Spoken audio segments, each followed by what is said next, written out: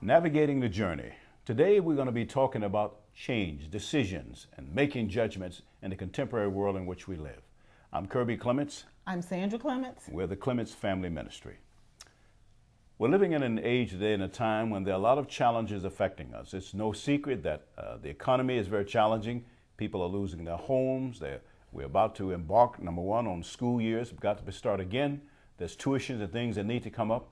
The newspapers are wrought with examples of people who are suffering economically because of a decrease in income.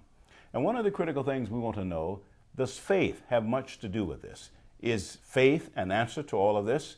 Can we survive? Can we overcome? Can we be successful? Are there alternatives? Does God have something to say about these issues? I do believe something about the sociology of faith. That is, our beliefs have great implications upon our attitudes and our behavior. So I think that our biggest struggle will be, indeed, a lack of money and things of this nature, but a lot of it will be conceptual, how we think, because our ideas, our beliefs have consequences upon our attitudes and our behavior. So we're going to be talking about some of the attitudes, some of the ideas, some of the belief systems that we need to embrace during this critical time, and to see if God has some things to say. Sandra, what do you think about these days in which we're living? I think these days are very challenging, as you just said, Bishop Kirby, for many people, and especially if you have bought into the fatalist concept of the world. If you believe that everything is going to be horrible and that life is just going to go downhill, and then you don't have a positive perspective on life or even your circumstance, that things can be hard. But just as you said, whatever you believe and whatever you think on, you project and you almost become that. As I said in one of our earlier tapings, this is one thing I know, is that the Lord will take care of us. And we have to see things in their proper perspectives. You were preaching this morning in the church and you said, don't let one area of your life bleed over into the other area of life. You got to put the home where the home belongs. You got to put the economics where the economics belong. You got to put the church where it belongs, school, etc. And sometimes when our economics are challenged, they bleed over into our relationships. Mm-hmm. And that's just not something you want to let happen, because you had your relationship, period. And economics should not determine whether or not you have a good relationship or a bad relationship. You shouldn't pluck on one another. You should begin to get together, as we do as a family, pray, ask God to show us what we can do, and ask God to help us, and believe once we've asked that He is going to do that. And we've experienced that in many areas. We seek the Lord by asking in prayer, nothing doubting. We're decided, we've made a decision that we're going to believe God. And God does make all things work out for our good. Well, we must be talking about a theology of living, Sandra, because once again, we believe that our beliefs, our ideas have tremendous consequences upon our attitude and our behavior. And your world can shrink or your world can expand based upon the ideas and the people you allow in and that you exclude. We've discovered, Sandra, that our concepts about God, one of the things that I want people to learn not to be is fatalistic, believing that God is in charge of everything, and He is, but we participate with God because there's something called the free will of man and the sovereignty of God. We do have choices. We can make decisions. And sometimes we're waiting for the winds to blow when the winds have been blowing, but we need to make decisions and choices. So, Sandra, some of the decisions that we have to make when we understand, number one, that God is for us, God is a good God, and the goodness of God is sufficient for us, and that all things are possible with God. Now, with those truths, how do we respond to that with our decisions and our behavior? Well, when we embark on any venture, whatever it is, whether it be our occupations, whether it be education, whether it be our businesses, whatever, we have to have the assurance in our own heart that whatever we put our hands to do, knowing that God is going to bless that. Now, that's not without challenge, because anytime you embark on any journey, you are going to be challenged. The challenges come because it's trying to keep you from doing what you know you should do. So when you embark on this with saying, I am not going to quit and I am not going to give up. I remember once when our son was in high school, he didn't want to take French because he said that the course was too hard. And I had taught them that whatever you start, you're going to finish. So I said to him, you're going to take that course until you pass it, because you cannot let this course defeat you. When we embark on any journey God's given us, we just want to make sure that we're, first of all, on the journey God's given us. And secondly, we determine that we are not going to stop until we accomplish that goal.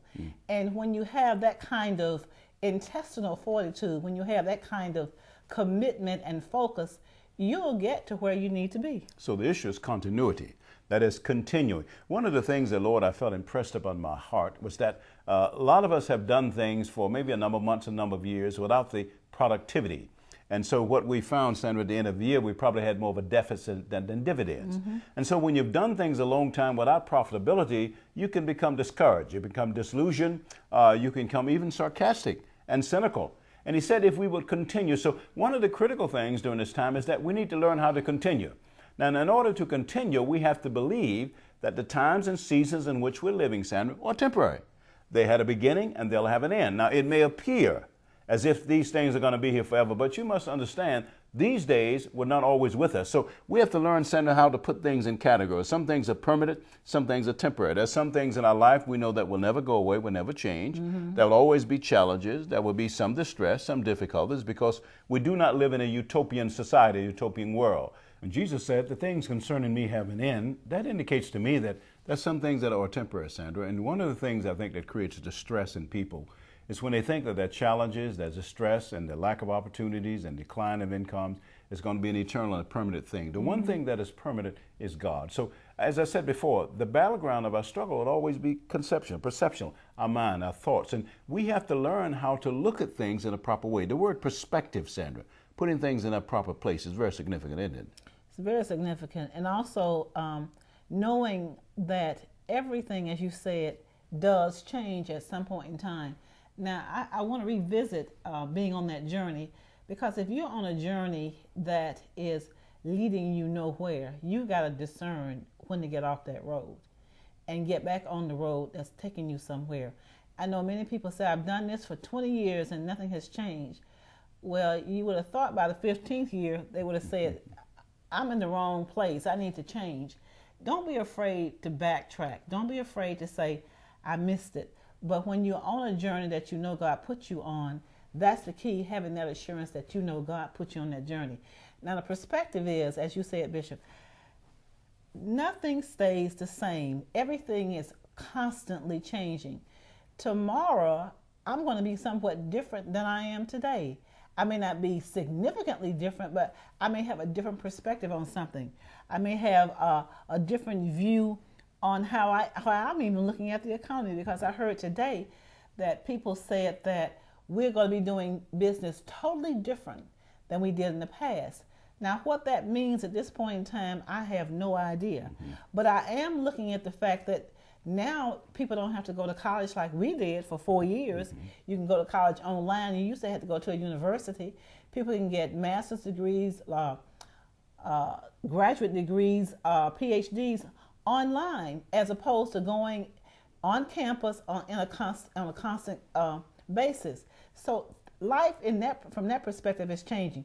People were buying gigantic houses because they kept saying larger is better, and we're finding out now that bigger is not necessarily better, and that we need to be more concerned about our earth in terms of conserving our resources, and that you don't need two people taking up 60% of your resources when you've got 40% of the people not getting enough. So those kinds of things are changing, and that is going to affect the way we do business. That's going to affect our perspective on how we utilize the resources that we have. Well, you see, that's change, Sandra, change. Because you see, perspective. We've often said that when you say everything changes, but the one thing that does not change are the truths of God. So during this time and season, we need to cling to some things that are eternal, that are enduring, that are absolute, that never change, never go away. And Sandra, for us, we've often had scriptures that have been foundations for us. Number one, seek ye first the kingdom of God and his righteousness, and all these things shall be added. That taught us that if we seek purpose above things, that's the proper order of life. Endure hardness as a good soldier. No soldier that warreth entangling himself with the affairs of this life, that he might please him who's called him to be a soldier. We know that there's no counsel, no wisdom, no knowledge against the Lord.